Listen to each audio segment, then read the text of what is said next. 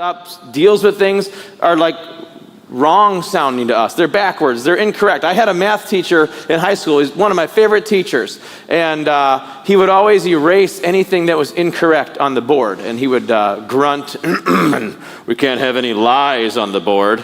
And he would go back and it's like if he was showing you how to solve something and how you might get messed up, and it was like an example, he wouldn't leave it there for long. Or if someone was up there doing the problem and they didn't do it right, he would get rid of that right. He didn't want any lies on the board, anything wrong, anything that wasn't real math. And so I don't know if he would appreciate this series. But we're looking at things that just don't seem correct. They seem like lies are on Mr. Volley's blackboard, okay? And so today we're going to be looking at the fact that sometimes with God, less is greater than more.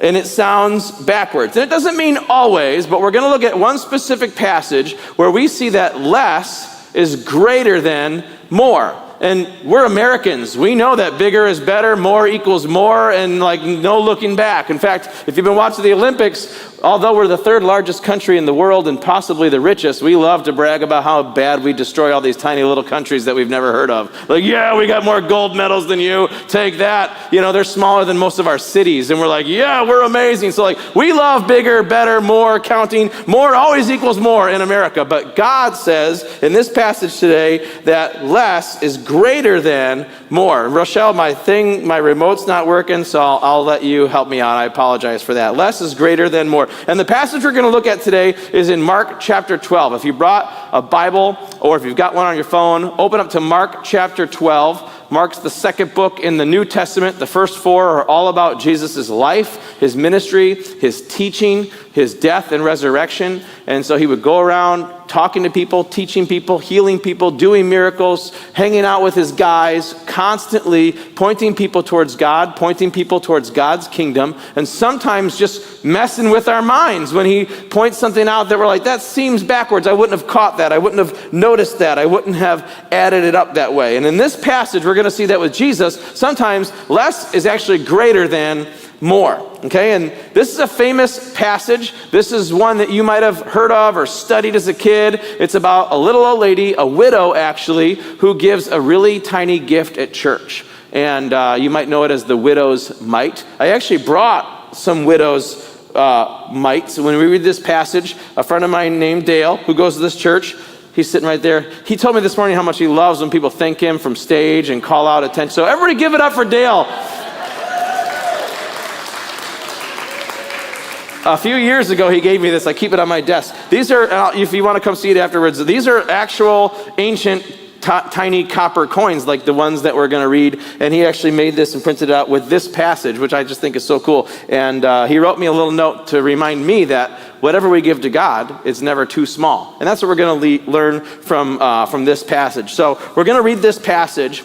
And almost every week in our service, we pause and we talk about our giving and our offerings. And we actually usually take a moment and pray. And we'll do that actually before we end. And as we do pray, we want to just offer God our very selves and our heart. And as we think about giving and as we make donations to God in the different ways that we give, we want to just really give our heart with it and make that an act of worship. And today, instead of talking about that for like 2 minutes, we're going to talk about that for the whole message. If you're new or new-ish, no, we don't always talk about money, but we do sometimes talk about money. Jesus talked about money a lot, and we never want to guilt trip anybody, twist their arm, make them feel bad and make them give and pass the tray 19 times or anything like that. But we don't feel bad about inviting people to consider giving back to God. And that's what we're going to see from this passage. But he looks at this widow and her gift, and he's like, less is actually greater than more. Let's read in Mark chapter 12. We'll start in verse 41. And here's where we pick up the story. Jesus sat down opposite the place where the offerings were put in and watched the crowd putting their money into the temple treasury, okay? They're at the temple. This is a sacred place, kind of like we got a little offering box in the back. They hadn't figured out how to pass the buckets yet, so they had little boxes that people would give. And Mark's like, yeah, we were hanging out with Jesus, and he just pulled up a chair and started staring at people while they were giving their gifts. How intimidating would that be? Now, I don't know. I picture him grabbing a chair, pulling it up backwards, and just sitting there in front of what do you got? I don't think it was quite like that. Maybe they were in the back and he was just noticing from afar. But it's interesting that he starts off this story by saying Jesus sat down and he just watched. Jesus watched the people as they put their offerings in. And I'm like, wow, I'm glad he's not here this morning to think about, noticing what I give or what I don't give or what I used to give or how much I give, because that's really, really intimidating that Jesus watched. And as intimidating as that sounds, I'm like, whew, glad we're not at the temple where Jesus was that day. It's interesting to think about the fact that God sees what you give. God knows everything before it happens. You can't fool him. You can fake me out. There used to be, if you ever went to church back in the day, we would usually give, there was no online giving, so you would give, and a lot of times you'd give in a little envelope. Remember the offering envelopes? And the joke was I just put one in my pocket so people thought I was going to make a big offering. I mean, I might not give it, or it might be empty, and I'm just throwing, I might do it 3 or 4 times so people notice. Because you can fool each other, you can fool me, but God knows if the offering envelope is empty or not, right? He sees and he knows what you give. And maybe that's equally intimidating as Jesus sitting in the temple watching people give, but he knows, he sees, he notices. He knows what you give. He knows how much you give. But more than that, he knows what you have. He knows how much you make. He knows what you give and what you don't give. He knows what you do with the part that you keep for yourself. He knows everything about your finances, probably more than your spouse does, right? I mean, it might sound intimidating, but that's not the point of the passage. In fact, in the story, we'll see Jesus doesn't scold anybody. He doesn't shake his finger at anybody. He's not begging people. He's not telling some guy to go back and give more, although he knows what he gave and how much he owns and everything else. But here's the thing. I have no idea what you give. And I'm so glad. Our church, we've got a finance team made up of volunteers that make sure everything's above reproach and double counted and double signed so that people aren't stealing and things like that. But none of us on staff, none of us pastors are part of that. So if you give $1 or $1 million, I wouldn't know it came from you. And I don't want to know. I don't want to be walking around being like, oh, this guy gives a lot, or this guy doesn't give enough, or whatever. Like, I don't want to have those thoughts. Jesus is holy. He can handle knowing it and still not judge people. That'd be hard for us. So I have no idea what you give. I don't know how often you give. And this whole talk, what we're going to see from Jesus and what I hope you hear from us as a church is this is not meant to be a guilt trip. We don't want to be, we're going to pull on your heartstrings and make everybody feel bad and start. Jesus doesn't guilt trip anybody. Jesus doesn't scold anybody. In this passage, we don't see him judge anybody, but he does praise someone. As the passage goes on, Jesus sat on opposite the place where the offerings were put, and he watched the crowd putting their money into the temple treasury. Many rich people threw large amounts, but a poor widow came and put in 2 very small copper coins, worth only a few cents, okay? I showed you the coins that I've got to remind me that sometimes we make a small offering and God notices anyways. He doesn't scold the lady and he doesn't scold the rich dudes. He's just like, they're giving, she's giving, and he doesn't scold anybody, he doesn't judge anybody. But he calls out this lady's gift as the greatest thing he's ever seen. He calls the guys over to make a big deal of it. It says many rich people threw in large amounts. And Jesus doesn't say anything. I mean, he's not saying they shouldn't, but like he thinks it's cool, but that just kind of happens. Mark doesn't say that Jesus notices or says anything. But then this poor widow, and here's the thing, widows are generally poor anyways. The fact that it says a poor widow, it's like a double whammy, like a double negative. She's not only a widow, which means she doesn't have, in that society, she wouldn't have a job, she wouldn't have someone to provide for her, but not only is she a widow, which is sad, she's also very poor. So this poor lady, honestly, should be the people that the church is giving money to. In the New Testament, it commands the church to take care of widows, right? And orphans. And so this is the lady that probably should be receiving from the mercy fund. Instead, she comes and she gives a tiny little gift because that's all she has to give. She makes this tiny, seemingly insignificant donation. And then look what happens. Look what Jesus says in verse 43. Calling his disciples to him, Jesus said, truly, I tell you, this poor widow has put more into the treasury than all the others. They all gave out of their wealth, but she, out of her poverty, put in everything she had to live on. This is crazy. Jesus calls out this insignificant gift, this tiny little couple of cents, like, thanks a lot, lady. What are we going to do with that? We're going to support some missionaries for 6 seconds. Like, I don't know what they're going to do with her little gift, but Jesus is pumped about it. In fact, he calls over the guys to make sure that they see it, because like you and I, they wouldn't even notice how big of a deal it was.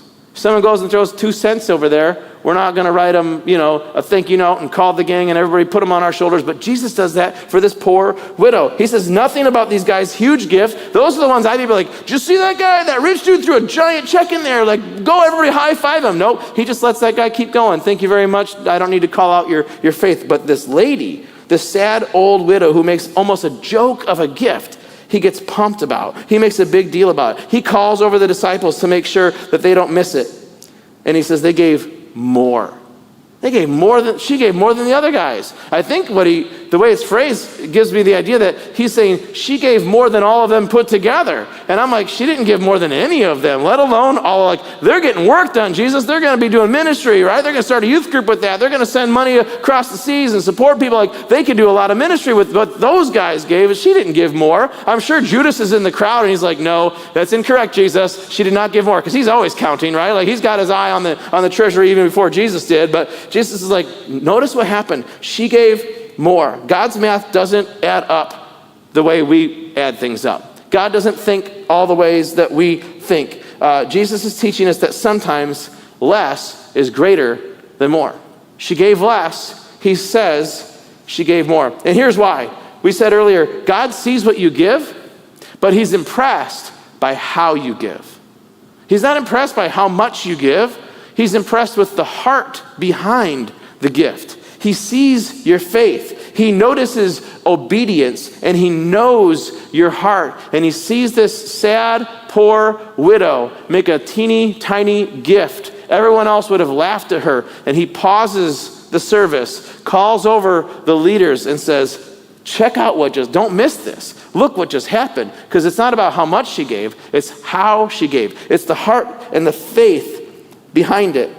All through the New Testament, Matthew, Mark, Luke, John, into Acts and the epistles and everything that was taught from Jesus and by his followers to the early church, basically talks about sacrificial giving. The call for New Testament believers like you and I, people who believe in Jesus since Jesus came, the call for us is to be sacrificial givers. This is what he praises the lady for. She didn't give a lot, but she gave a lot for her. And he's like, that is a big deal. In the Old Testament, they were instructed to give a tithe. A tithe is basically giving your first and your best to God, right? If you're a rancher, you give them the first sheep. If you grow crops, you give them, in the Old Testament, you'll read over and over about the first fruits, because you're giving God your first and your best. Before you get more from your garden, you give the first ones to God. And then as they started to actually develop systems with money, you give, the first of your income to God. And it was set at 10%. That was kind of the command. So it was just like a requirement. It was like, here's the minimum to the temple. You give 10%. The New Testament is a little different, but similar. Through the New Testament, Jesus actually praises some guys for tithing. He's like, that's good, you should do that. The Apostle Paul writes letters with God's authority to the early church, and he says we should be percentage givers. Like, we should think about how much we want to give based on a percentage of what we make, which is great, because then if I start to make more money, my gift should follow it. I have the opportunity to give more when I make more. In the New Testament, they don't talk specifically about 10% as much as it was specifically commanded in the Old Testament. In the New Testament, the things that are kind of instructed and commanded for believers are to be cheerful givers. It says we don't want to be compelled to give and guilt trip. That's why we always say we invite people to consider it. We're not trying to beat people up and make them feel bad about it, because God says, I want people to give because they want to, out of thankful, cheerful hearts. We're called to be sacrificial givers that say, well, this cost me something. Have you ever given something away and thought about what you don't get because of it? Like, well, I could have done this, but I did this instead. We blessed that family with such and such, and so we're not going to do this tonight, right? Or whatever it is. Or when you make your gift to church, you could probably look at how much you give over a course of time, maybe a year. If you get your giving statement back from the church, and say, wow, what if I had taken that money and done something with it, went out for pizza, went on vacation, however much you gave. You can see the real monetary value of that. That means you're sacrificing a piece of what you have to God. And honestly, I think the New Testament talks about and teaches us to give beyond the minimum requirement. They already had like 10% set as, here's what you have to give. This is the requirement. Everybody gives 10%. That's like a minimum. You're just doing that because you have to. In the New Testament, he's like, God sent his one and only son to forgive you all your sins. Give sacrificially, give cheerfully, give more than what you have to give. Just respond back to God. I wrote this down. It's not the size of the gift that counts. It's the size of the sacrifice that moves God's heart.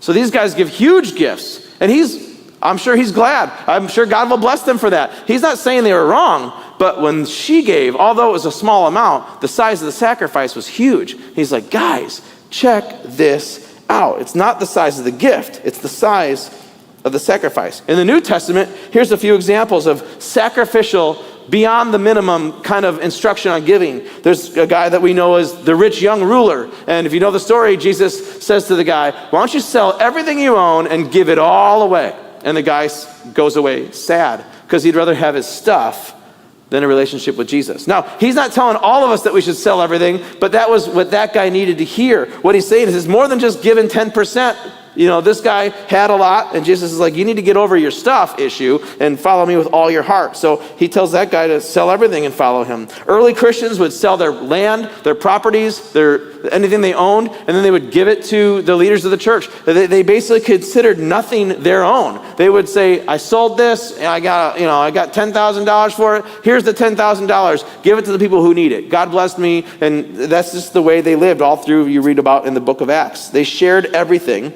They considered nothing their own.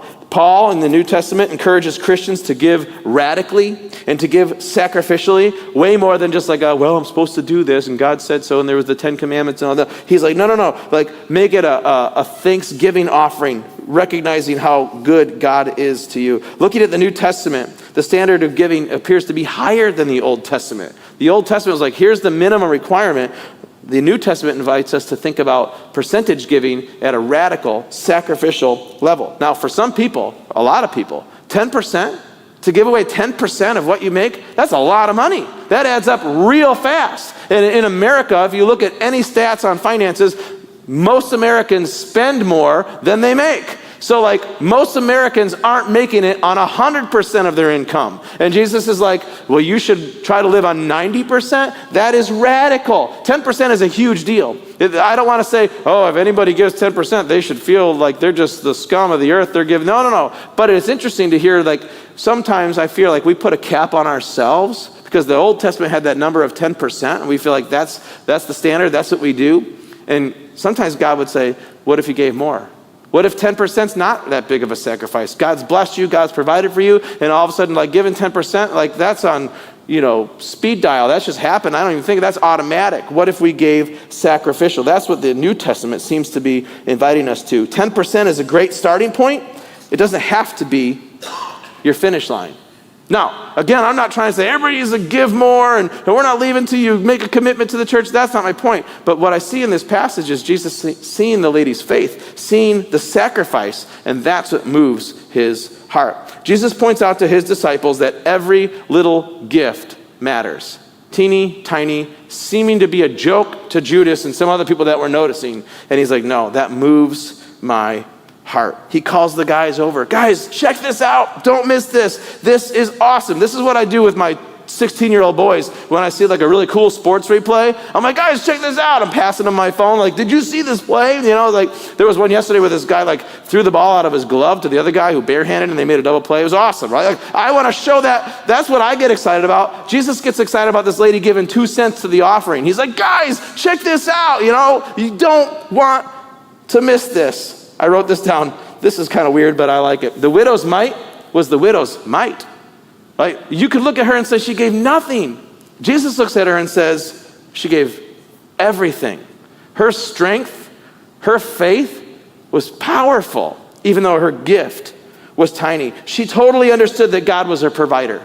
She's like, this is all I've got, and I'm still giving it to God because he's going to either take care of me or not. She wasn't trusting her money. She was trusting God anyways. And she couldn't wait to just give even the tiniest gift. You ever get a gift from a little kid? If you raise children and they want to give you something and it's insignificant. It's like a misspelled birthday card or something, right? Or like when they start to have just enough money, they might get you like a small piece of candy or something. And you loved it, right? Not because it's a great gift.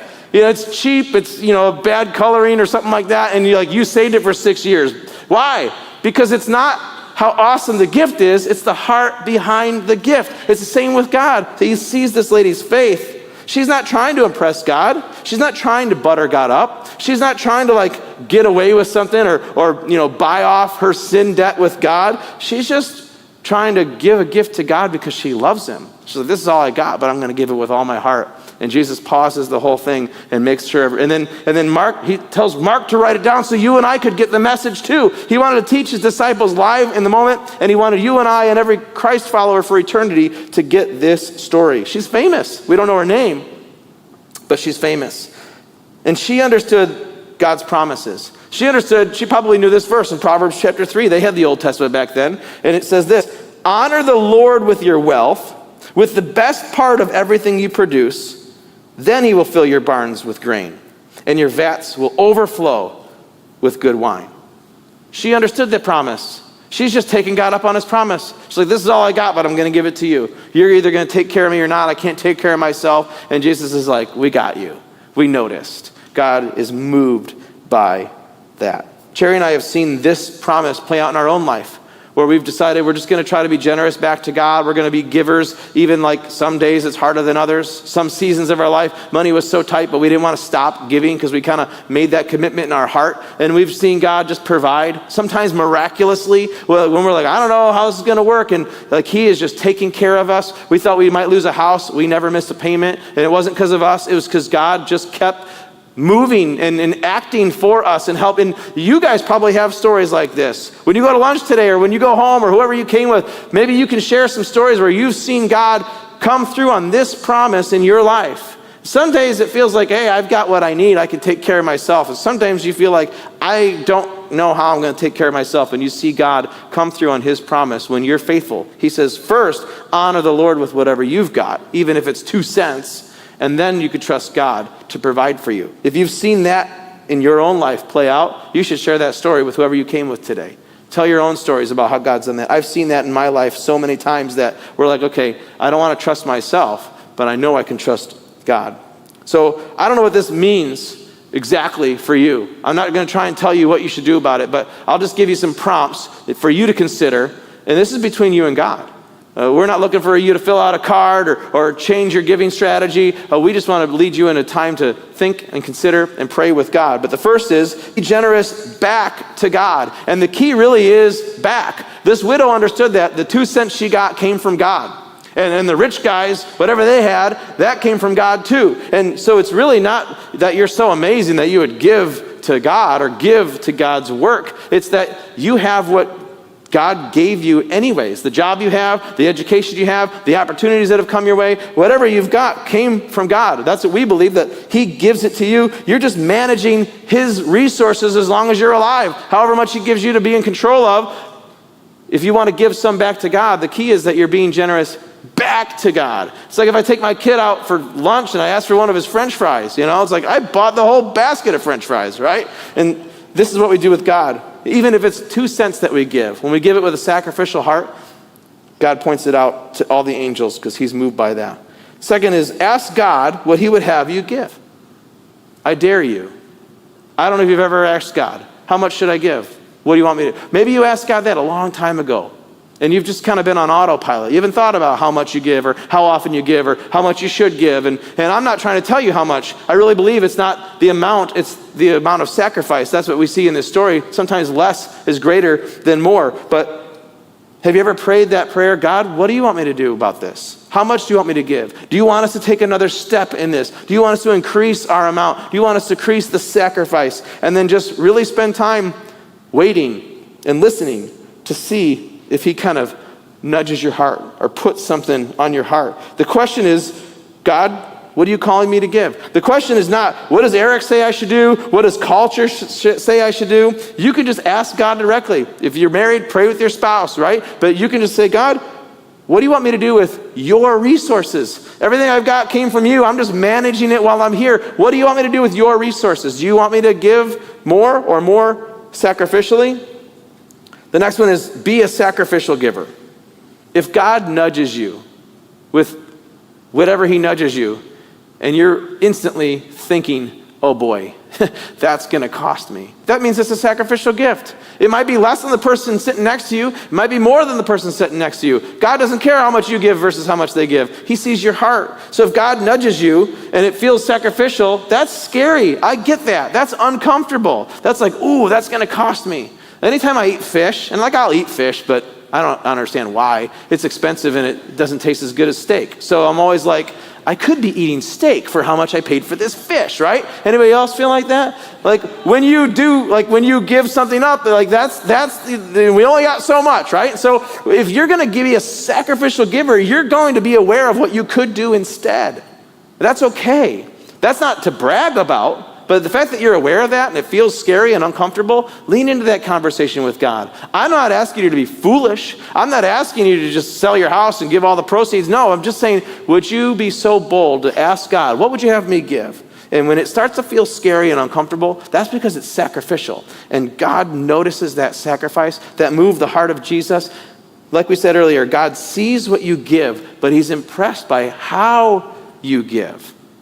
You could be rich, you could be poor, and the amount of sacrifice could be either great or not. God doesn't need your money.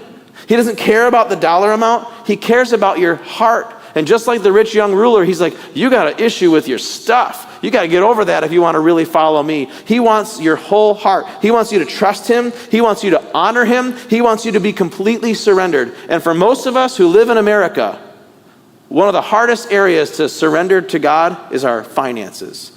We can give everything else to God in our heart and really mean it, but when it comes to how we manage the resources that he's given us, we sometimes just cling so tight because we're counting every penny and we're thinking about what we wish we had and we're paying off this debt and that's totally normal. What we don't realize is how rich we are. The passage said all these rich people came and gave their gifts. That's all of us.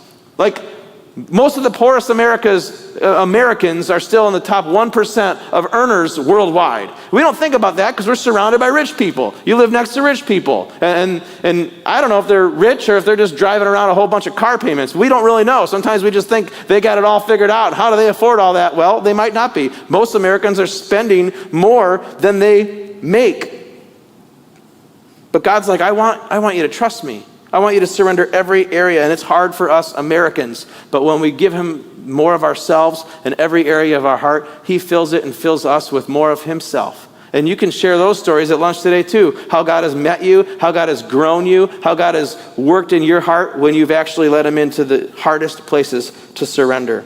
Sometimes us Americans, we're selfish, and that's the reason, we're not great givers. But a lot of times, I fear our hearts are more generous than our finances will let us be because we're maxed out. We're not even as selfish as we are, I wish I could give to that cause. I wish I could support that cause, that missionary, whatever it is. I wish I could be more generous. I wish I could give, but I can't. My bills are up to here. I'm too far maxed out. I'm in debt as it is. And our heart gets moved, but we can't write the check. We can't process the payment because we just know financially. And so if that's you, I just want you to know that our church would love to help you out if we can. We've offered classes to help people budget and manage their finances, not so that we can get more from you, but we want you to live a life that's free from the stress of being behind and the financial stress that might be the hardest stress you ever sweat. It breaks up marriages. It breaks down minds. It's hard.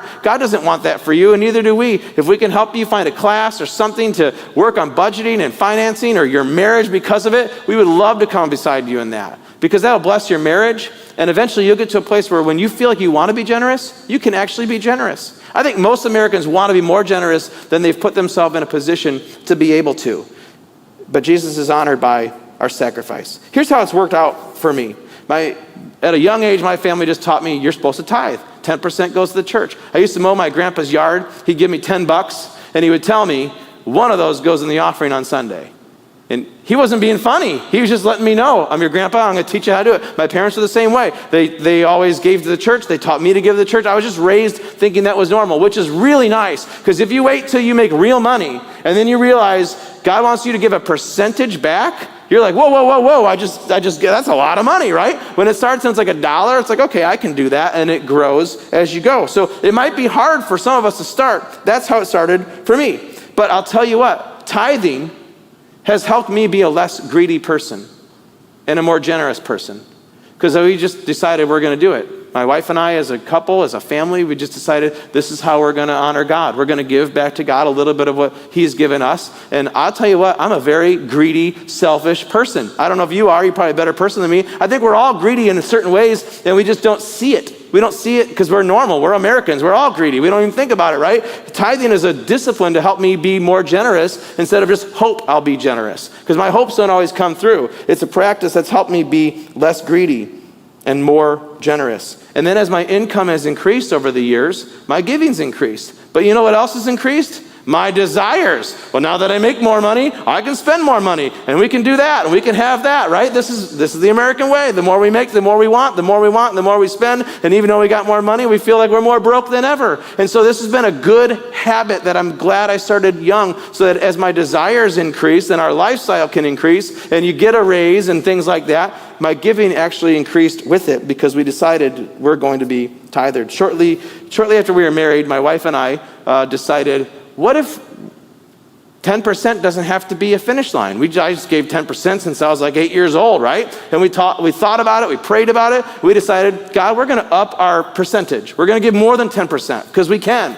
And then within a month, we got pregnant and one of our cars died. And we're like, dang it, but we already promised God, right? You might have stories like this too. Like it was terrible timing. Like, thanks a lot, God. You're supposed to bless us more for giving more. Instead, we're like, now we're more broke. But we just kind of decided this is what we're going to do. And over all the years of our marriage, we've had some seasons where we were pretty strapped. Money was beyond tight. I was unemployed, and we just decided we're just going to give whatever. We're going to give a percentage of whatever we get, even when that percentage. Sometimes I felt like that widow. I was like, God, I don't have much to give, but this is my percentage. It's helped us stay generous, stay faithful, and be less greedy. And I'm so glad we did, because we'll take God up on that promise that when you give generously to me, I will take care of you. And we've seen him come through so many times. If we had to trust in ourselves, we wouldn't have made it. But trusting in God, sometimes his math just doesn't add up to ours. Sometimes less is greater than more.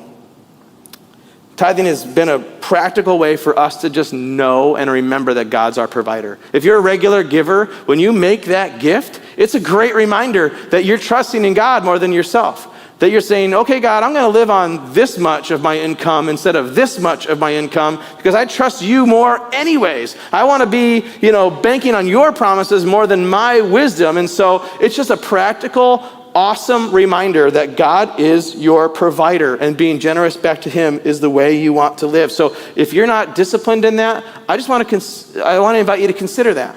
I don't want you to feel bad. I don't want you to make a rash decision. I want you to pray about it. This is between you and God. This is not a church fundraising issue. This is a discipleship, a growing in God. I want to just invite you to consider that. Think about it with your spouse. Pray about it to God, and just see what he moves in your heart. And when you respond in faith, he notices. He calls the guys over even to look at this little tiny joke because it's a big deal to him. Because even with God, sometimes less is greater than more. I know that most of my spending will leave zero impact once I'm gone. Whatever I drove, whatever I ate, whatever vacations and pictures, that's all good. None of it's bad. But when I'm gone, it's gone with me. But whatever investment I make in Christ's kingdom lasts for eternity. This is why Jesus says, don't store up treasures on earth. Invest in eternal treasures where no one will steal and it'll never fade away. This is what he invites us to be a part of. And I believe that's the greatest thing to give towards. I want to just ask you to think and to pray about what God has given you and what he wants you to do with it. I don't want to tell you what to do, but I dare you to ask God what he would have for you. And I know that when we give back to him generously, he notices, he cares, and he blesses that obedience. Would you stand as we pray? And like I said, almost every week we try to just pray. Back in the day we passed the buckets. We kind of quit doing that. So if you want to give, you can give in the bucket. Most of us give online. You can do that Tuesday night or Sunday morning. It doesn't really matter. Some people have it regularly automated because I want to give this much and I don't want to forget. You can do that on our website if you want to, or you can give one time at a time. However you give, I'm glad I don't know how much. But God does, and he cares, and he sees your heart. And so I just want to pray as we even consider what God's given us, that we would just see him as our provider, and we would be worshipers that we would give every area of our heart, even our finances, to him, and we would just expect him to show up in ways that we can't, because his math doesn't always make sense to us, but it's better than ours. Would you pray with me? God, I thank you for Mission Bible Church. This is a room full of people who I know are so generous, way beyond any average American. And so, God, I pray that none of us would leave feeling condemned. I pray that none of us would feel guilty. God, in this passage, you watched people give. You didn't shake your finger or judge or scold anyone, but you did recognize genuine sacrifice. And so, God, we just want to say that we want to know you more. We want to follow you. We want to have big faith. We want to be close to you, and we want to just trust you with every area of our life. God, one of those areas is our finances. And so I pray that as your word and your Holy Spirit speaks to us, that you would just take away anything that I said that would be distracting or not from you, but Holy Spirit, and through your word and your wisdom, that you would speak to our hearts. And that if we'd be bold enough to just say, God, is there something that you want to move in my heart? And maybe you don't answer us today, but maybe this starts a season of us listening for you. God, we just want to invite you to speak to us. We want to be generous back to you. We want to be generous in general because you're like that with us. We want to recognize that you are our provider. Everything we've got comes from you. You've promised to take care of us. You've promised to give us what we need. And so, God, I pray that we'll just lean into that conversation with you. And I pray that we will continue to see you come through and point that out. Just like you pointed at that widow, we want to point at you. Every time you provide for us, every time you come through, God, I pray that we would share that story with others so they would see how good you are. I pray that school starts this week, that we would be lights in school as kids, as teachers, or just anywhere we go. Lights in our home, lights in our workplaces, that we would point people towards you. I thank you for your love and the way that changes us. I pray that we live cheerfully and give cheerfully in Jesus' name. Amen. Thanks for being here today. We'll see you guys next week for the hot dog and ice cream party.